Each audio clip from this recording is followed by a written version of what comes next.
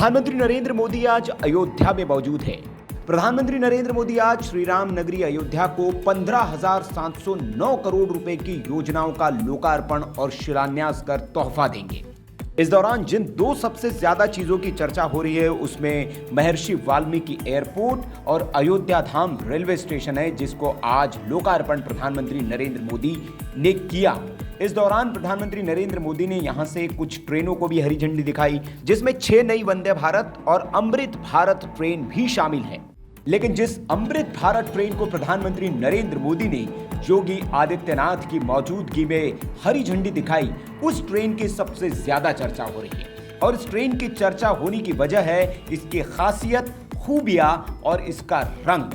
प्रधानमंत्री नरेंद्र मोदी हरी झंडी दिखाकर जिस ट्रेन को रवाना कर रहे हैं, उनके बगल में अयोध्या धाम, जो कि भगवा शहर पूरा एक तरीके से हो चुका है और 22 जनवरी से पहले इसे भगवामय बनाने की पूरी तैयारी है, उसी शहर में भगवामय योगी आदित्यनाथ मुख्यमंत्री के तौर पर मौजूद है। और उनके सामने से जो ट्रेन गुजर रही है उसके कलर पर भी आप गौर करेंगे तो वो भी भगवा ट्रेन है जो आगे से गुजर रही है। लेकिन इसका कलर इसकी खासियत नहीं है। इसके कलर को लेकर भले ही इसकी चर्चा हो रही हो, लेकिन ये ट्रेन पूरी तरह से भारतीय तकनीक से तैयार की गई है। और ये जो ट्रेन है बहुत हाईटेक तरीके से बनाई गई है और इसे इनोवेटिव सेमी कपलर तकनीक की मदद से तैयार किया गया है, जो 130 किलोमीटर की अधिकतम स्पीड से ये ट्रेन दौड़ेगी और अलग अलग गंतव्यों तक यात्रियों को आरामदायक सुविधा देगी। इसकी खासियत है कि इस ट्रेन में आपको झटका महसूस नहीं होगा। ये तकनीक जो है, जिस तकनीक की हम बात कर रहे हैं, सेमी कपलर तकनीक जिसको बताया गया है, तो ये तकनीक 2 डिब्बों को इस तरह से जोड़ने में मदद करती है कि ट्रेन चलने और रुकने पर लगने वाले जो झटके होते हैं उसका असर यात्रियों पर बिल्कुल नहीं होता है।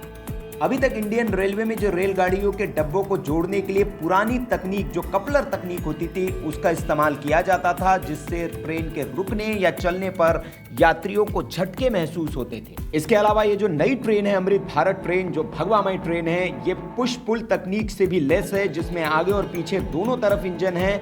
आगे वाला इंजन ट्रेन को खींचता है तो वही पीछे वाला इंजन ट्रेन को धकेलता है। तो ये नई तकनीक से लैस ट्रेन है। अयोध्या भगवान श्री राम की नगरी से इसे हरी झंडी दिखाई गई है और ये ट्रेन अयोध्या से जो है वो बिहार के लिए रवाना हुई है और बिहार के दरभंगा से अयोध्या तक ये ट्रेन चलेगी। रास्ते में दिल्ली के आनंद विहार स्टेशन और पश्चिम बंगाल के मालदा टाउन से बेंगलुरु के सर एम विश्वेश्वरैया टर्मिनल के बीच इन ट्रेनों का जो है वो संचालन होगा।